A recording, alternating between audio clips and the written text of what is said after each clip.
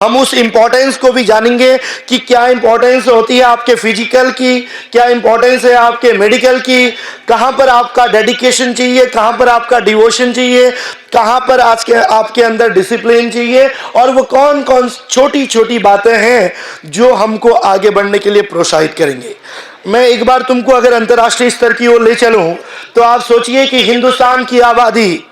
हिंदुस्तान की जो 125 करोड़ की आबादी है, देवभूमि उत्तराखंड उसका 1% है। यानी कि उत्तराखंड की आबादी कितनी है? 125 करोड़। हिंदुस्तान की आबादी कितनी है? 125 करोड़। और सबसे बड़ी बात है कि हमारी 65% आबादी 35 वर्ष से कम आयु के नौजवानों की है। हिंदुस्तान में 50% युवा जिनकी आयु 25 वर्ष से कम है। और किसी ने युवाओं के लिए कहा है कि संघर्षों के आयामों से इतिहास बना करते हैं, संघर्षों के आयामों से इतिहास बना करते हैं, जिस ओर जवानी चलती है उस ओर जवाने चलते हैं।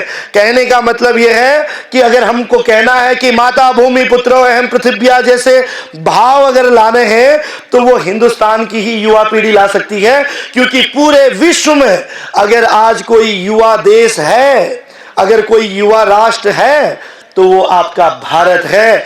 आज चाइना हो या पाकिस्तान, रशिया हो या अमेरिका, यानी कि विश्व का कोई भी राष्ट्र ऐसा नहीं है जहां पर भारत के बराबर युवा शक्ति हो। केवल हमें छोटी छोटी बातों का ध्यान रखना है। हम आने वाले कई सदियों तक युवा रहेंगे, क्योंकि हमारी आधी से अधिक आबादी क्या है?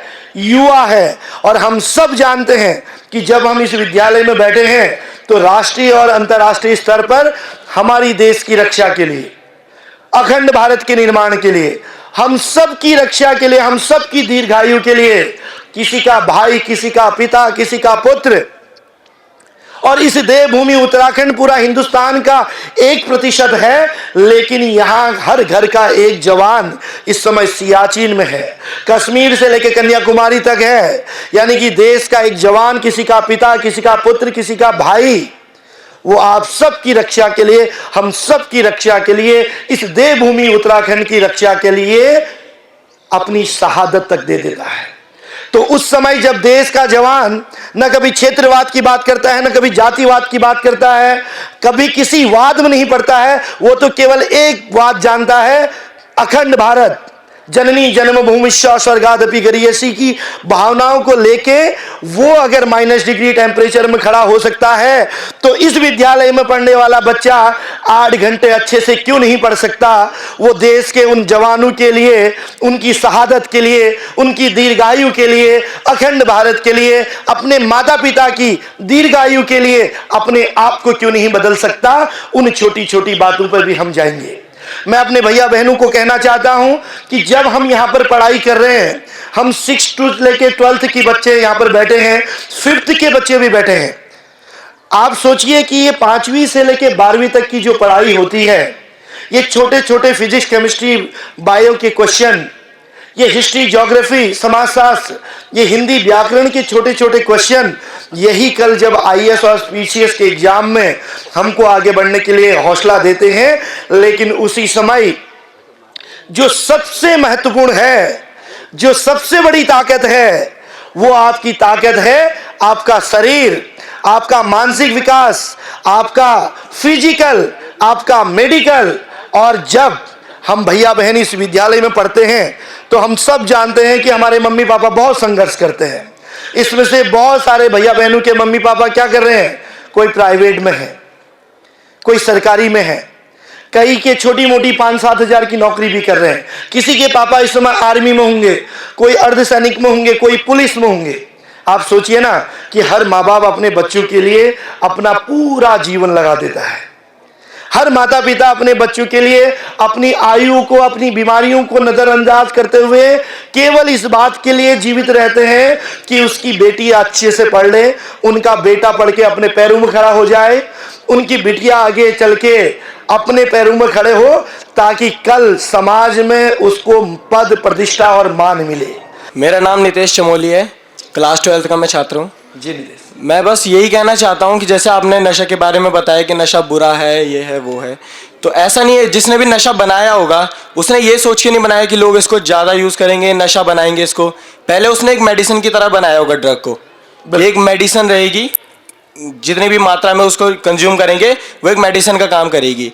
अब लोगों ने उसमें और कुछ एक्स्ट्रा ऐड करके और ज़्यादा कंज्यूम करके और ज़्यादा उसका इधर उधर फैला के उसे अब नशे का रूप दे दिया है। बिल्कुल। तो ड्रग ऐसा नहीं है कि सबको करना चाहिए, पहले तो करो ही मत। जो कर रहे हैं एक मात्रा लो उसकी, सिर्फ एक मात्रा। मैं ऐसा नहीं बोल रहा हूँ कि सबको करना चाहिए। जिसने ड्रग बनाया वो एक मेडिसिन के तौर पे बनाया। मैं थोड़ा करेक्ट करता हूँ उनकी भावनाओं को। वो ड्रग किसकी बात कर रहे हैं? सपोज किस दवाई की बात कर रहे हैं। किसी को खांसी होगी तो आप कफ सिरप लेते हो ना बेटा।